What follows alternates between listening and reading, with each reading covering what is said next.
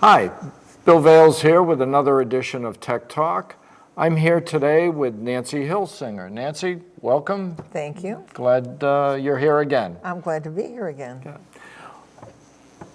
We thought that it would be useful to talk about the recent Equifax security breach that occurred. Nancy, were you aware of the Equifax breach? Not until the day it happened, and I heard about it from you, actually. I'm sure it was on the news, but I just must not have been paying attention because you sent out a memo to a bunch of people, and that's how I found out about it. I did. I sent out a note to the COA internet presentation participants that right. Equifax, which is a large credit monitoring bureau, one of the big three, if you will, was breached. And the breach was substantial in nature. What you said, 143 million people? 143 million people, which represents about half the population of the United States. And they've just announced that there could be 2 million more. Right. Because what's another 2 million? An additional 2 million people. Yeah. And one of the critical things about this breach, along with the scope of the breach, meaning how many people have been affected by it, is the type of information that was released. Everything. Pretty much everything. Much everything, yeah. One of the critical pieces of information that was released during this breach was Social Security numbers. Yeah. Okay, so this is more than just a credit card.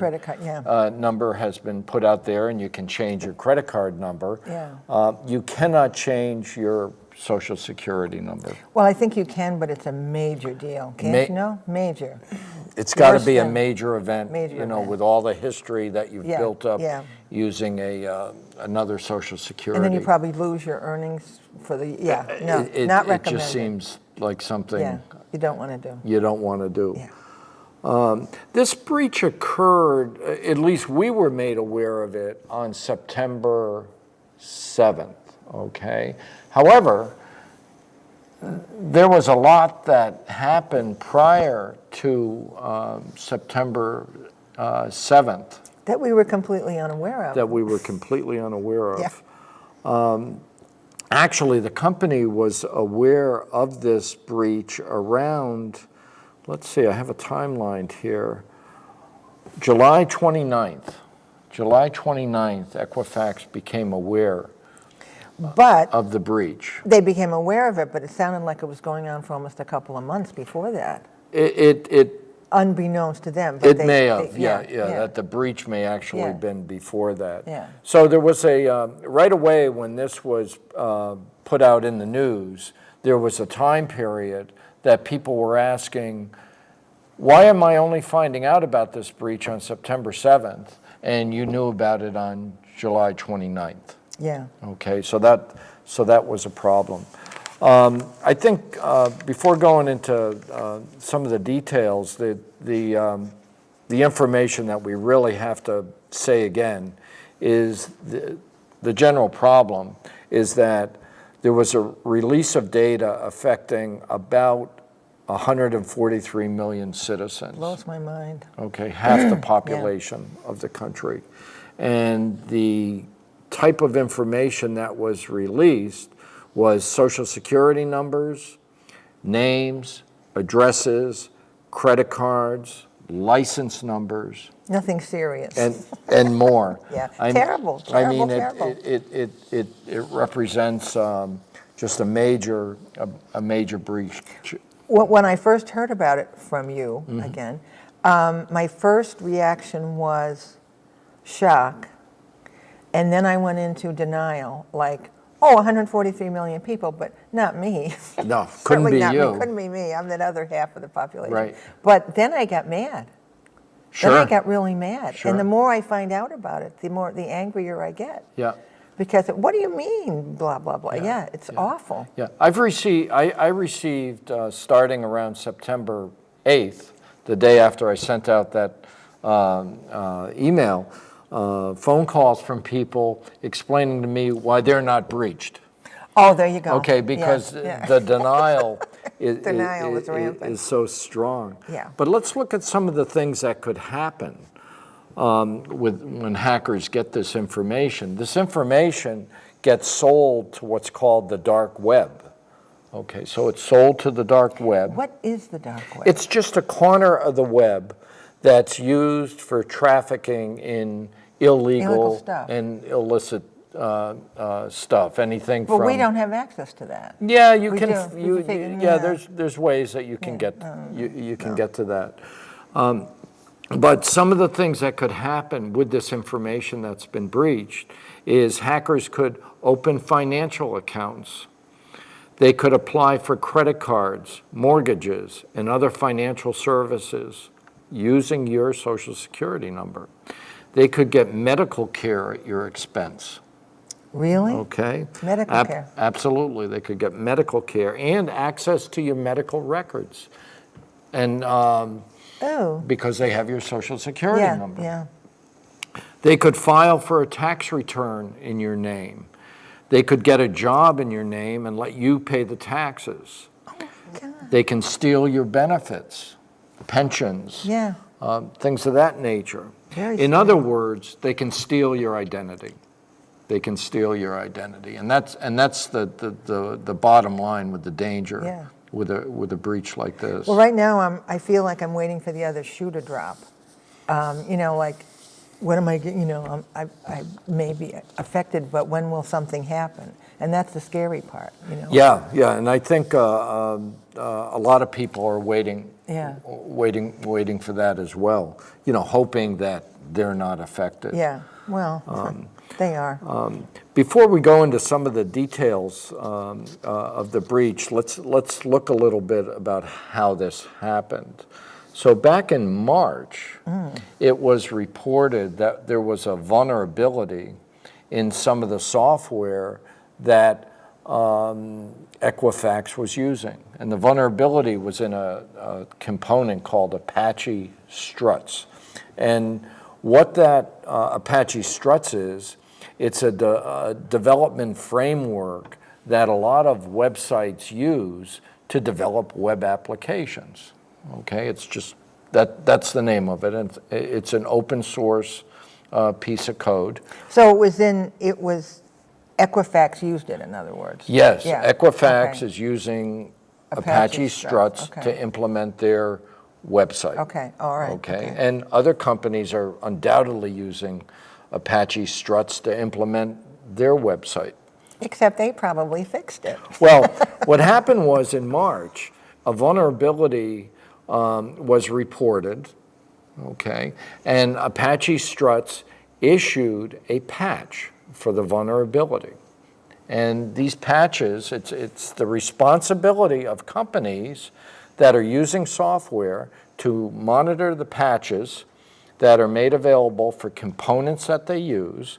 And when patches are available, you have to patch your system because the patch is being issued so you can fix the problem. That's the key thing, I think, that they didn't do that. They did not do They did that. not do that. Equifax did not do that for whatever reason. Yeah, I was going to say, hello? We're not. Maybe they didn't have a good patch policy. Maybe they didn't have any oversight on their patch or updating I think policy. So, There's a variety of reasons of why they didn't do it, but it was their responsibility to patch their system. Now, you get patches regularly on your systems at home from Microsoft, I'm sure. Yeah. And a lot of those patches are security patches. Right, yeah. Okay. And, I mean, you ignore them at our peril. Well, your own peril when you're at home. Yeah. I hear more people saying, "I'm not going to install these patches." They bother me, and they never come at a good time. Really? And you have to install critical patches. Oh, yeah. They have to be installed because they're fixing vulnerabilities in the system that the manufacturers are found. I mean, these systems are very complicated, and they have problems in them. And as the problems are found, you have to apply the fixes. It's much like a an automobile having a recall Yeah, notice. yeah. You know, they realize they have a Yeah. problem. Don't they sometimes, though, issue, that's not related to this, but don't they sometimes issue software that hasn't been tested enough and hence the need for all these patches, or is this stuff they find? Well, that's true too. I mean, there's vulnerabilities in software for a variety of reasons. One could be that it wasn't tested adequately enough, or another reason could be that the hackers just got smart enough and there's bugs that are found in the software that were never thought about, or the manufacturer is still beating on their software looking for vulnerabilities, and they found a problem. So there's a variety of reasons why vulnerabilities could be in there. It's too bad that these hackers can't be the ones that help develop the software, because they would find the you know what I mean? We wouldn't have as many vulnerabilities, potentially. In many cases, hackers have become owners of security you were firms. talking I mean, about Kevin that. Mitnick Yeah, is yeah. one example of that. Who better to do it? And there's other people too. Yeah. So this is how it happened. It happened because there was a vulnerability in software that Equifax used, and Equifax did not install a patch that was issued, okay? And I need to repeat that Equifax did not install the patch, which means they had a poor security policies around patching, either no policy, not enough oversight for the policy. So you shouldn't be confused if you hear marketing speak that the cause of this was a vulnerability. Oh, yeah. Sure, there was a vulnerability, but there's more to the story than that. A fix was issued. There was for a that. vulnerability, but you could have fixed it. You could have fixed it. Yeah, and for whatever reason, they didn't. Yeah. I can't fathom the whole thing. It's just beyond me. Yeah. So, so that was part of the problem. Now, so what has Equifax said? You know, what did they say? Well, Equifax sort of lived up to the problem. And, eventually. And they gave us a website to go to see if we were breached.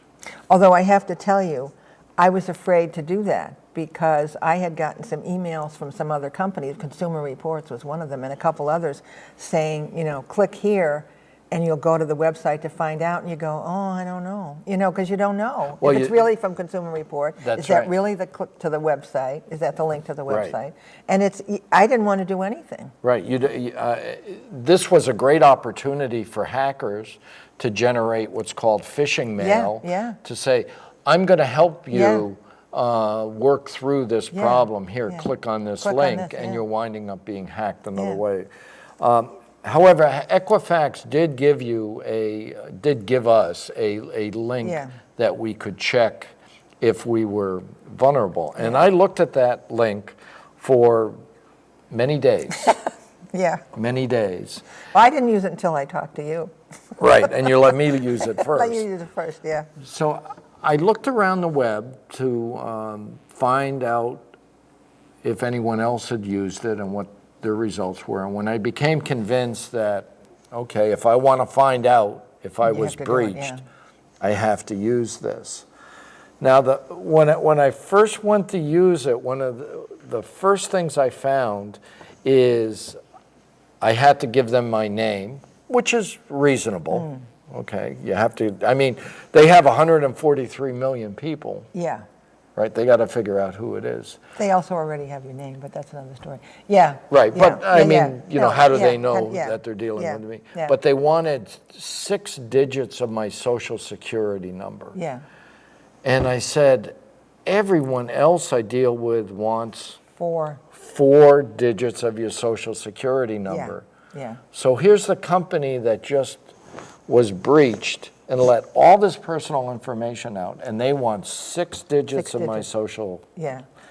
So I wrung my hands over that. That worried me too. Yeah, that was. Because that smacks of, that's not really them. You know what I Yeah. mean? In one sense, that smacks of, oh, it's somebody Yeah. else, and why do they need all 16, Yeah. 6 out of it? Yeah. And that only leaves 3 more numbers of Yeah. your Social Yeah. Security, Yeah. which those 3 numbers that you're not entering are related to the location of the country you're in. Right. So Easily figured. yeah, you can easily Yeah. figure those things out. But anyway, I got through that after a few days and said, okay, I'm gonna enter. I'm going to go to that website. And when I went to the website, I found out that I was not impacted by this. Well, at least that's what the message said. Okay, the message said that I was not impacted by this breach. Unlike myself. Unlike yourself. And what did Oh, God. What did your I message almost say? thought it said you may have been impacted. That kind of covers it. You may, maybe not, maybe. Yeah. But I was shocked. Because I'm still in denial. I was just shocked. Yeah. What do you mean I may be impacted? If he's not impacted, how come I'm impacted? Right. We live in the same town. Yeah, How but I could- mean, you're more, techie, whatever. I don't know, just little old me. How come I'm impacted? Yeah. Yeah, that was a shocker. Yeah. The other funny thing is, I don't know, I'm out of. No. See, the other funny thing, not funny, but when I did that, and I got to the bottom of the process, click here and find out. The last step in that whole process is click here to enroll in our credit monitoring system, which you think, oh, I have to do this because I can't get out unless I do. And so I didn't do it. Right. I thought, I'm going to get back or somehow get back to where I was because I mean, that may have been the thing to do, but it makes you think that that's the only thing you can do. It's very confusing. Yeah, it's very You confusing. feel like you're being scammed again. Yeah. Generally speaking, whether the message said you're impacted or you're not impacted, I believe that you have to act as if you're impacted. Well, I was talking to a friend of mine recently about this, and she said, she said everybody gets that message that they're impacted. No. No, everyone doesn't. Everyone doesn't. Everyone doesn't. So I think that people that think that I don't have to worry about that because it's probably wrong. That says Right. I'm impacted, but everybody gets that, so I'm probably People okay. will come up with the greatest scenarios Yeah. of why they're not affected. Yeah. They'll really do that. Now, I asked myself, how good is this check that they're giving?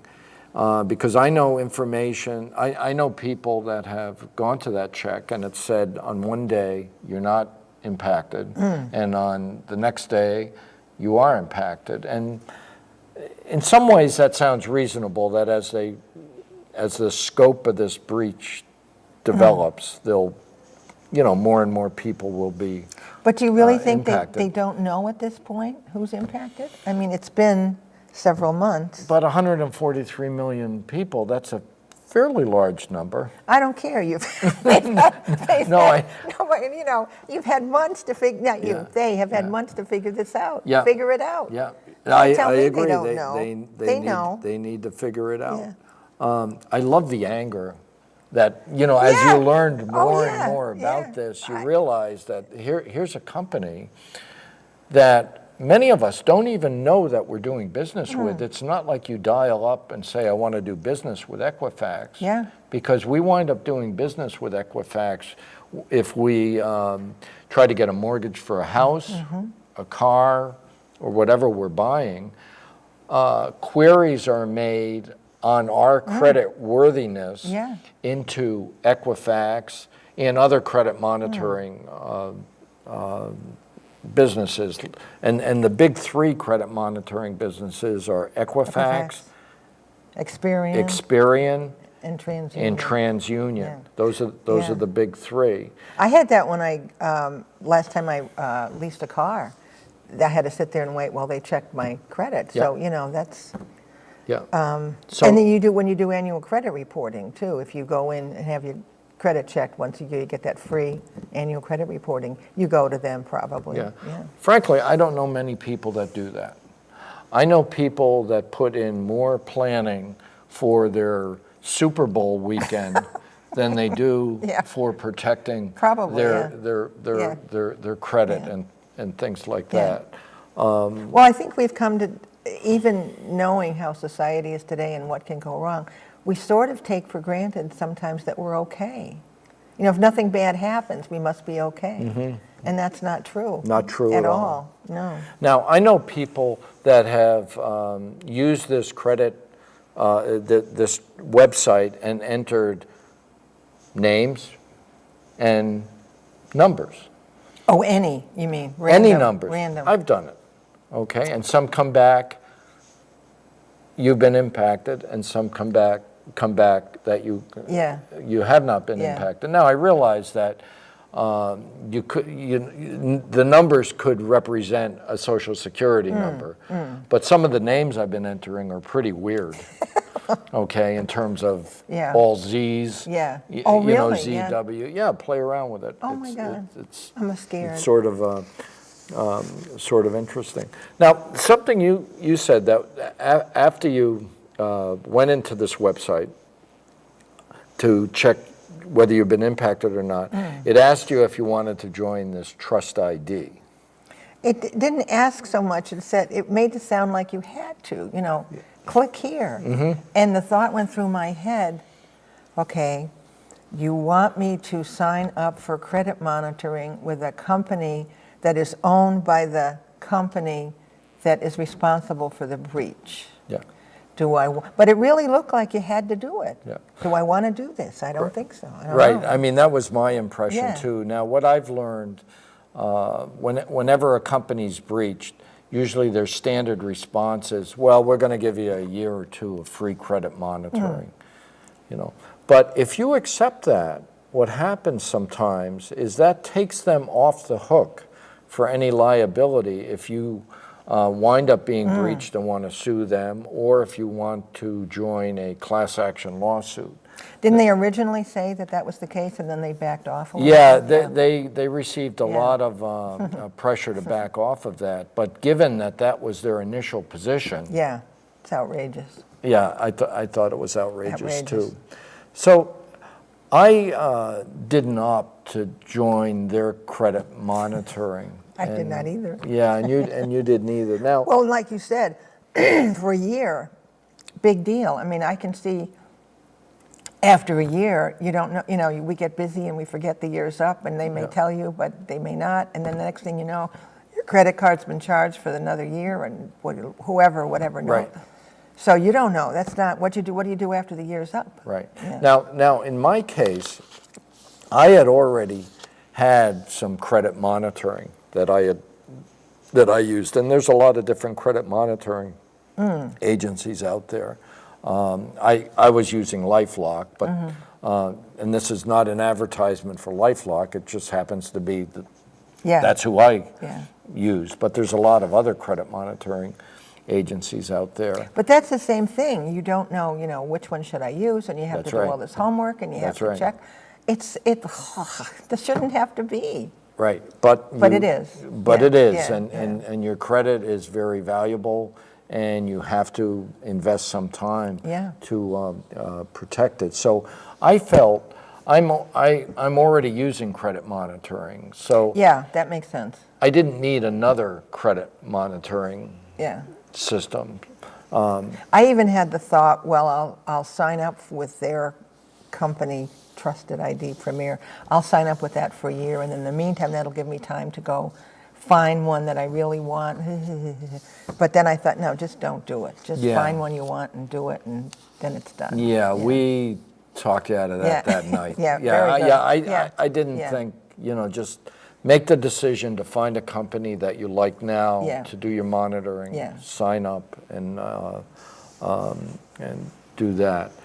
And what I found with credit monitoring companies is one of the larger services they offer is insurance.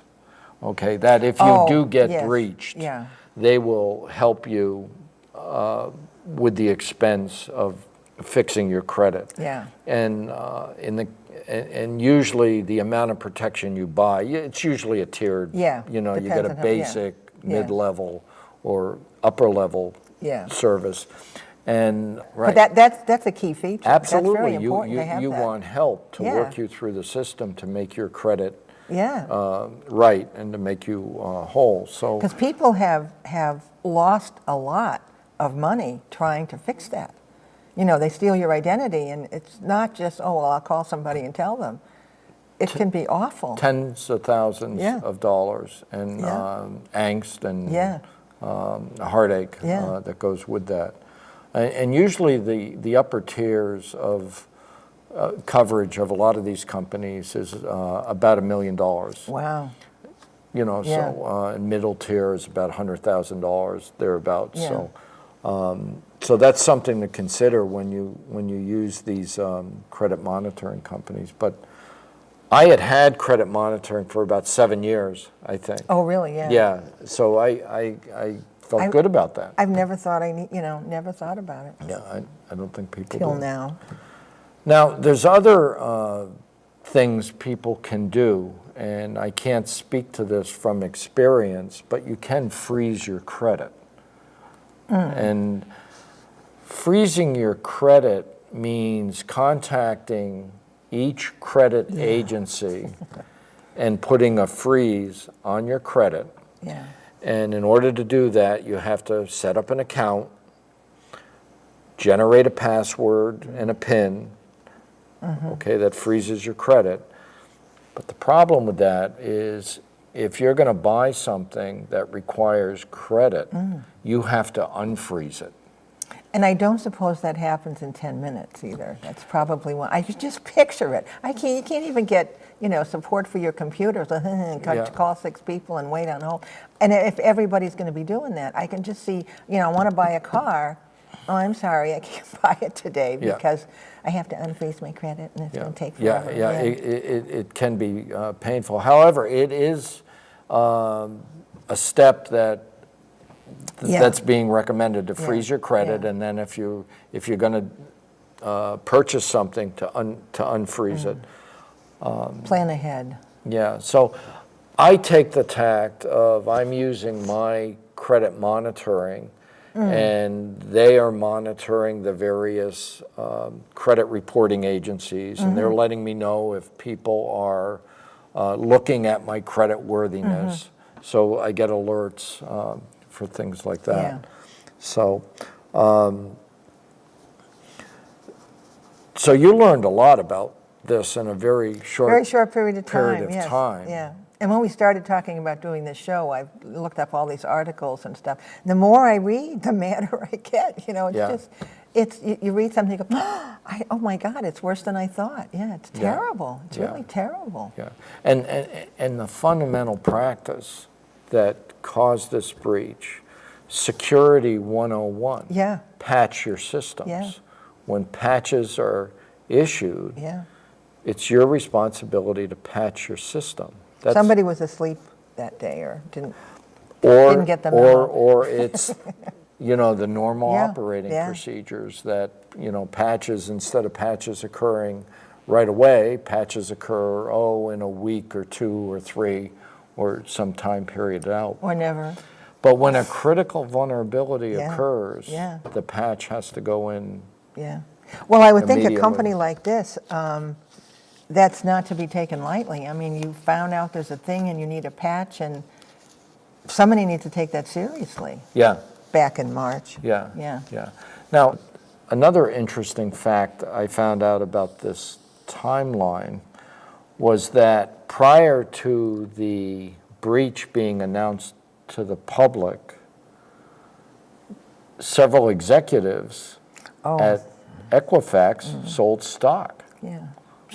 Shocking. About a month prior. No, it was actually, months prior to the public announcement. To the public announcement. It was the day before I had a note here, it was the day before they contacted the FBI. So they sold their stock one day, and the next day they contacted the FBI to talk about the whatever before. Then it was another month before they talked to us. Yeah. So there's always, that does nothing for consumer confidence. No, it does not. Nothing for consumer confidence. Raises the anger level, though. It sure does. It sure does. Well, I think we've covered a fair amount of information to give our viewing audience some information about the Equifax breach we've provided some links for them to think about checking things out when you get up the nerve to check things out. But it's very important that people are aware that this breach occurred and to think about how they might be affected. So Don't take it lightly. yeah, don't take it I lightly. mean, as I say, my initial response was, not me. Right. But it could be, and wait till the other shoe drops and you'll be, Right. know what happened. Right. So I want to thank you very much for being on another version of Glad to be here. Tech Talk. And practice, practice, practice. We'll see you next time.